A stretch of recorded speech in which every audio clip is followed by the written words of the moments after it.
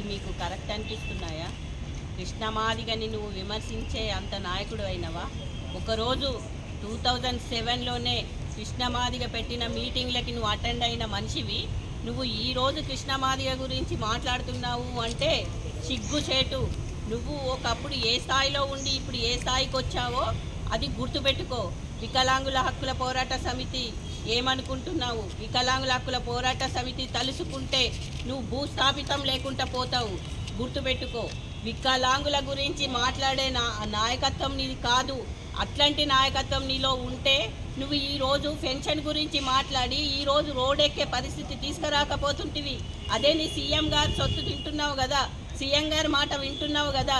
CM గారికి చెప్పనికి నీకు బుద్ధి లేదా? నువ్వు ఒక వికలాంగుడివి కదా.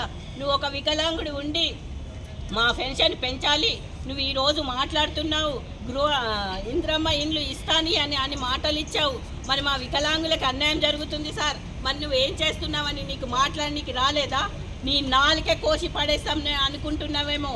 వికలాంగుల హక్కుల పోరాట సమితితో పెట్టుకుంటే ఖచ్చితంగా నీ నాలుకే కోసేస్తాం. 24 గంటలలో నువ్వు క్షమాపణ చెప్పాలి, లేకపోతే నీ ఆఫీస్కి ముట్టడించబోతున్నాము త్వరలోనే.